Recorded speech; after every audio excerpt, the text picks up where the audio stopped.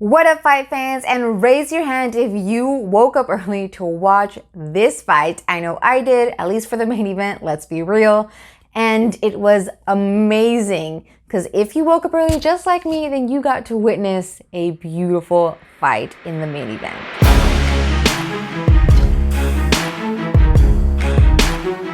So, spoiler alert if you have not seen the fight just yet, but we have a brand new strawweight champion of the UFC in Zhang Weili, and it was amazing to witness. She was able to get the TKO in 42 seconds. So she came into the fight being the aggressor. She was the first one to get a strike in with the leg kicks, able to check the distance, assess the distance between her and Andrade. Andrade, of course, as we all could have expected, kept moving forward as she does.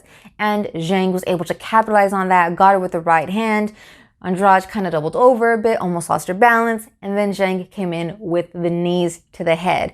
And then from there, Andrade ended up falling to the ground. Again, Zhang capitalized, got her with some more punches, and then it was all over, like I said, in 42 seconds. A thing of beauty to witness. So if you have not seen it, find that clip, check it out. It was amazing. So with that being said, what comes next? What do we now expect to see moving forward? And I think that what is extremely interesting is that what we have right now in the strawweight division coming up, at least on October 12th, we have a fight between Joanna Jędrzejczyk and Michelle Waterson. And I think it makes the absolute most sense for Zhang to fight the winner of that fight. Both Waterson and Jędrzejczyk have amazing pedigrees. Jędrzejczyk used to be champion and was a very dominant champion during her time. Waterson has been in the fight game for quite some time. She's been making a case for herself to have a title shot. She's put in the work, she's put in the hours, and she has become a much more skilled fighter during that time. She has been going up in the rankings as well. So I think that it would make the most sense for Zhang to fight either one of those two women, seeing who comes out victorious in their bout coming up in about a month or so from now. So, but when it comes to Zhang, when it comes to who could actually defeat her, because I think that she's a phenomenal fighter. If you have not or do not know much about Zhang, she is a newcomer to the UFC. So the fact that I think this was her fourth fight in the organization. So if you don't know too much about her, no need to worry, that makes complete sense. But I did do a fighter profile on Zhang after her last fight in the UFC. So go ahead and check that out. I'll link it down below. So I'll give you a little bit more information about where she came from, who she is, and her skill set. It's all in that video. So I'll link it down below. But with that being said, she is extremely dominant. As I explained in that fighter profile video, she has the striking. She has the grappling. If you did not see her last fight, definitely go check it out. I'm not sure. It should be on Fight Pass if you have Fight Pass. If I can find a clip, I'll insert a clip or an image of how it ended here. She has the grappling, as you just witnessed if I put the clip in. She has that. She's aggressive. She's dominant. She has no qualms of taking things to the ground and winning a fight via submission or using her grappling to get that striking in. She is fully a well-rounded fighter. And we haven't really seen much of that in some of the other female fighters in the UFC and in this division. So if you look at Joanna Jędrzejczyk, phenomenal striker, as we all witnessed for those years that she was champion. Waterson, she has a little bit more of the grappling as well, but I've never seen her grappling to be as dominant as I have seen Zhang's grappling to be in this time that she's been in the UFC and has used her grappling in that regard. So I don't think that there's necessarily somebody who is well-rounded in that regard who could potentially take her bout, at least the next time she's defending her title.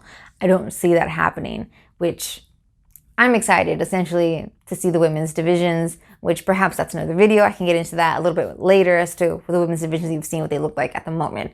But for Zhang, I see a very bright future for her, and I don't think anybody's taking her belt anytime soon, but I think it makes the absolute most sense for either Jędrzejczyk or Waterson, whoever wins that fight, to fight her next. I doubt it'll be this year. It would be crazy if they had it in December. I would be excited to watch that fight if they had it in December, but I'm not going to hold my breath for them to announce it for that date.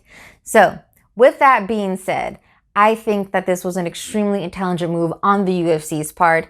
If you do not know, they are building a new performance institute in China, and which makes sense competitively for the market to expand their reach in the Asian market. One championship is huge in China. So again, if you want to become competitive in that market, it makes sense to have a very physical presence in the performance institute in a country that is heavily populated, such as China.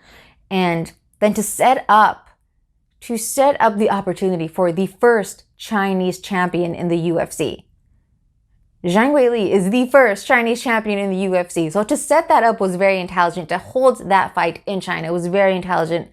And Zhang is a phenomenal fighter.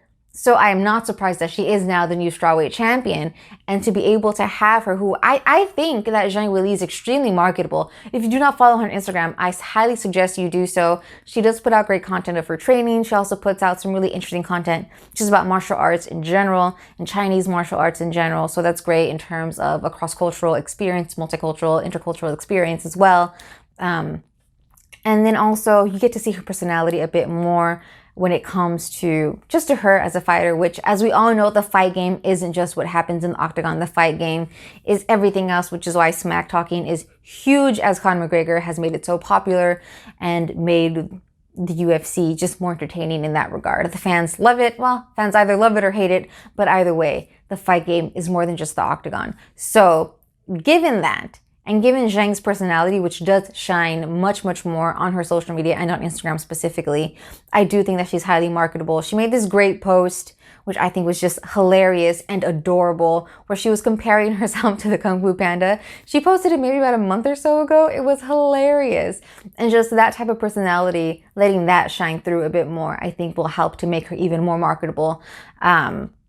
Not only in China, which I think is already going to be fantastic and easy to do, given how dominant she was, given her personality, and the fact that she was able to win this in her home country.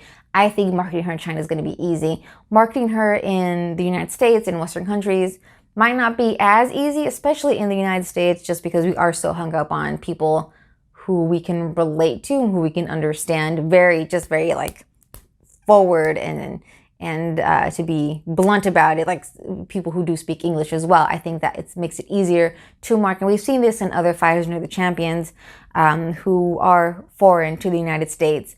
And eventually, as their English increases, people are able to relate to them a bit more. But again, I think that she's highly marketable already. But that's just me. So I think it would be great to see her continue to grow, because eventually she will have to hold fights and sell fights in the United States. I think it's only inevitable for her to perhaps do a title fight in Las Vegas. And not only will that be great to make sure that she's marketable in the US, because I don't think many people woke up at 5 a.m. like I did to watch this fight. But who knows? We'll see. We'll see once those numbers come out if people did.